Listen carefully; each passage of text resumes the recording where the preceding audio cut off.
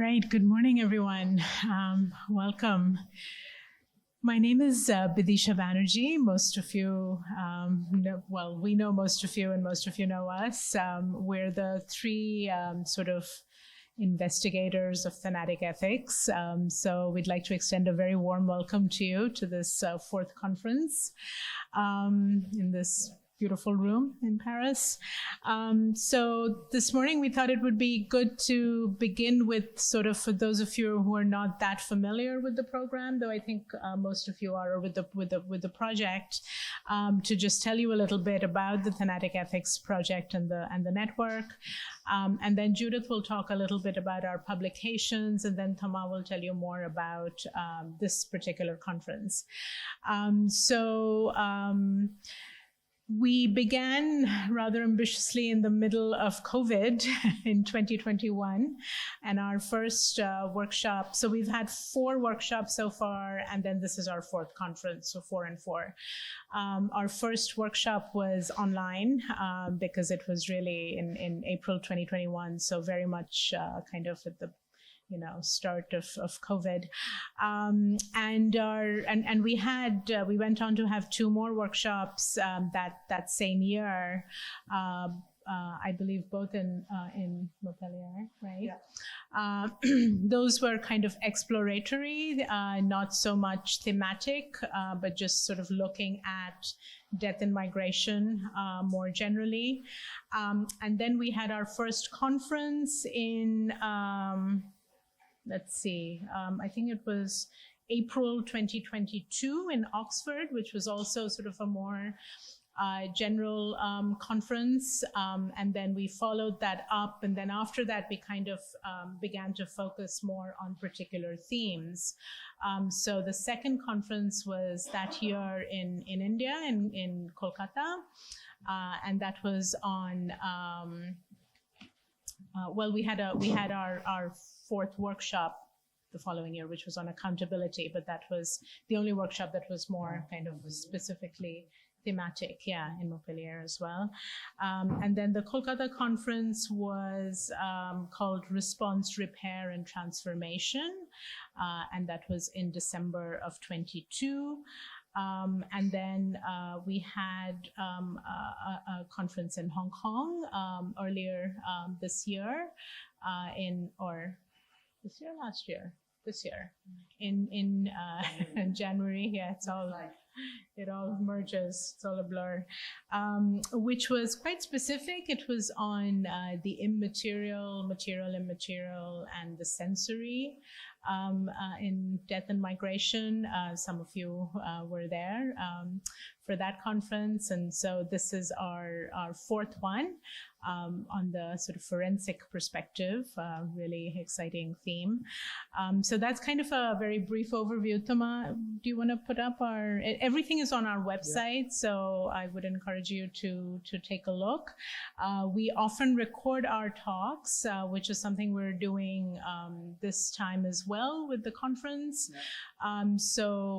We do have consent forms, so we're not going to put anything up if you don't want us to. So be sure to let us know if that's the case. We also have we've conducted a webinar series, so we've had a sort of 3 to 4 speakers every academic year, since we started. In fact, this is the first semester that we haven't had a webinar in the history of thematic ethics, but we've been very busy with the conference, so we haven't really had time, but and all of those are on our YouTube page as well. So I would encourage you to check those out. We've had some wonderful speakers in the webinar series. And then the last thing I wanted to mention is that we have commissioned some creative work in the process of the project. So in Hong Kong, we had a wonderful sound installation by Freya Powell, who's a New York-based sound artist, called Spaces of Precarity, which was really good. And that's also online. So you can look that up. And of course, for this conference, we're very excited to have a graphic novel by Felicia and Gaspar, who are right here, and Judith will tell you a bit more about that. We really, we're going to have a kind of a reading and a more detailed presentation of it on Saturday. So we hope you can all join us for that. So yeah, I think that's it from me, pretty much. Yeah. All right. Yeah. Thank you. I'll pass it over to Judith. Welcome again. So maybe it would be good to draw the attention as well to the special issue we created for the journal Interventions. So it's simply titled, Thanatic Ethics, the Circulation of Bodies, and Thomas is going to put it up. So circulation of bodies in migratory spaces. And so just like the other, actions and activities that we've been organizing in the network, I mean, it seeks to bring together multiple disciplines and develop the ethical and the political dimensions of the project. So in fact, it took stock of the way the project has evolved, but it's also a reflection of the way the co-conveners and all the actors on the project have been interacting and have been committed to the project. So it aims to situate itself within postcolonial studies, but also it reviews the shortcomings of postcolonial studies. And it seeks also to situate itself between, to make the connection between past and present, and between the past and the present, and particularly it establishes links, between other kinds of forced or semi-voluntary migrations in multi-directional contexts and in very diverse contexts. So, in fact, becoming aware of how the semi-forced, forced, migrations of the present are totally entangled with those of the past.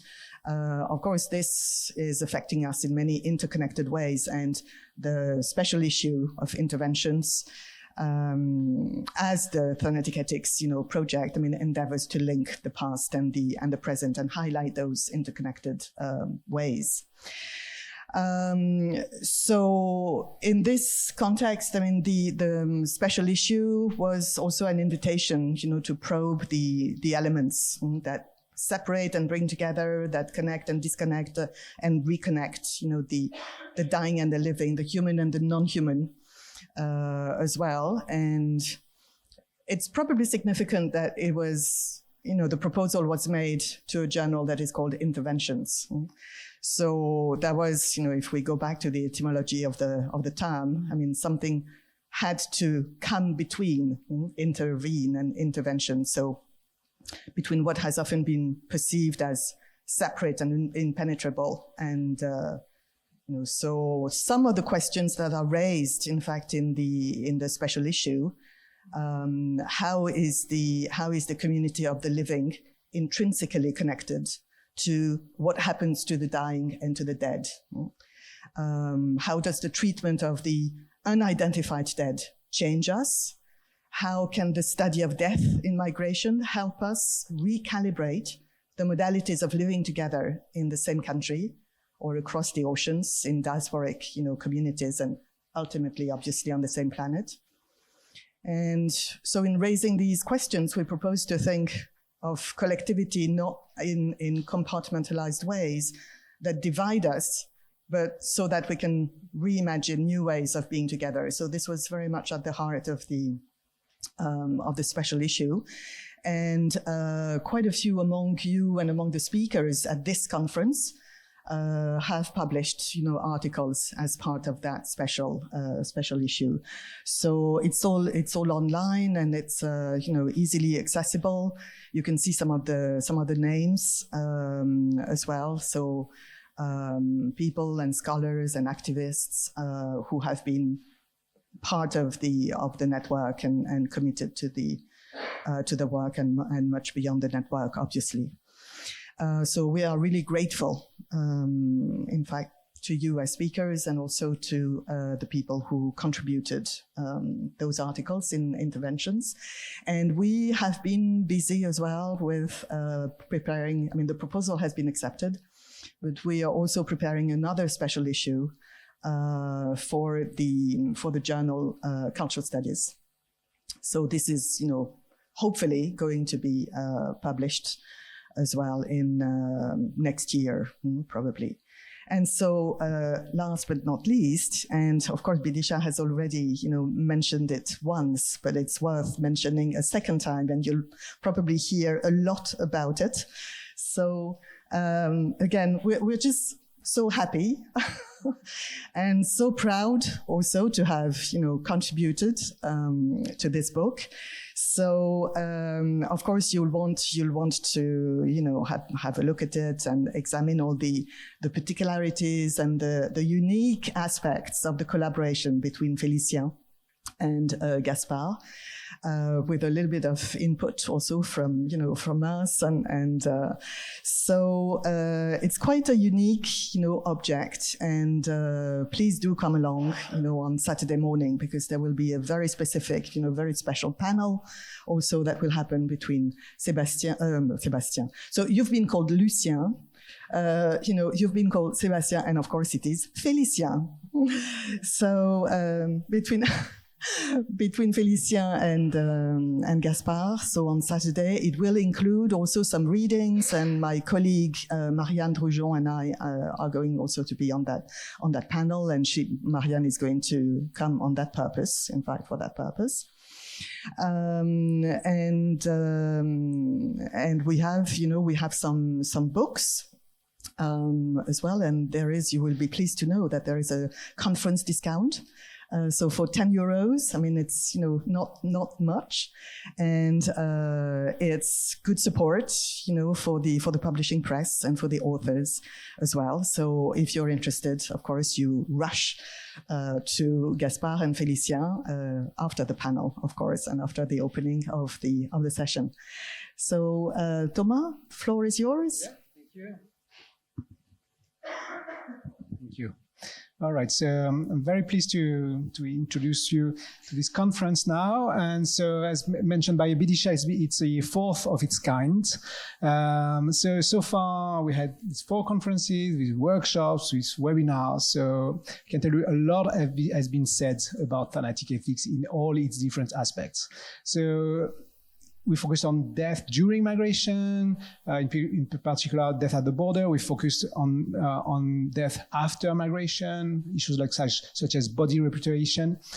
We focused on collective mobilizations, burial committees, death activism, the death as a buttress of community building among the living. We also worked on the different forms of activism for the critique of migration studies. We focused on the reaction of the individuals, grief at distance, haunting, memorialization. And when it comes to art, we try to decipher the different forms of thanatic aesthetics, sensoriality, the search of a balance between dignity and emotion.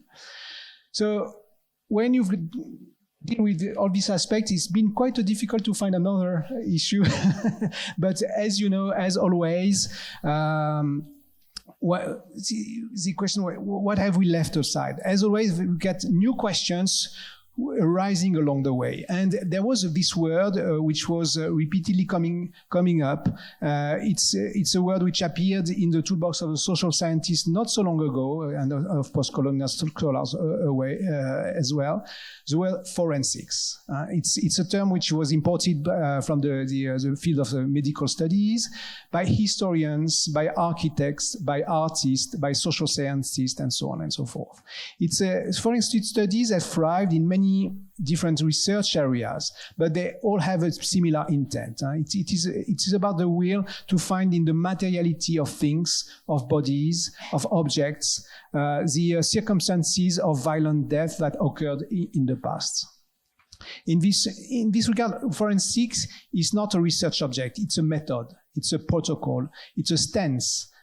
It is a form of investigation to challenge the absence of evidence, of name, of face, of bodies. It's about shedding lights on what has been out of sight so far. So the forensic approaches have been applied to migration and in times of war. War as a cause of migration, of course, the movement of population ensuing civil conflicts, ethnic cleansings, and so on. But war also as a consequence of migration. As the deterrence through the prevention policies have turned into somewhat would call a war against migrants themselves. So our aim is to see how the introduction of this forensic analysis connects with the themes that we have raised along the way in this program, the questions of grievability, of ethics, of aesthetics, and of politics. And so the presentations during these 3 days will resonate across space and times, from the Second World War to the current war in Gaza, and of course across disciplines, social science, humanities, but also it's also across the fields and across the boundaries of the research, but also activism and arts, because we are very pleased to have also among us several artists. All right. So thematic ethics as a conference is also a method, as you know. It's a method which gathers in the same panel at the same time people from different fields, from different backgrounds. So if you're not familiar with this method, you will see that it's a kind of unsettling, and it's purposely unsettling. It's also a way for us to unsettle our ways of thinking. So I hope you will enjoy these 3 days, and as much as we have been enjoying the preparation of it. And so I would like to end by thanking those who have funded this event. So first of all, the Institut Convergence Migration, Sciences Po and my research center, the CERI, the Education of University of Hong Kong, the laboratory EMA of Montpellier 3 Paul Valéry, and the ANR Cortem, who is also in charge of preparing a roundtable. So we will have, I don't remember, 6 panels. We have 2 roundtables, 2 keynotes, and 2 events with artists. So that's, yeah, and including this keynote by Mirza Wahid tomorrow evening, and the restaurant as well. Okay, thank you very much. So now we can start with the first panel, I think.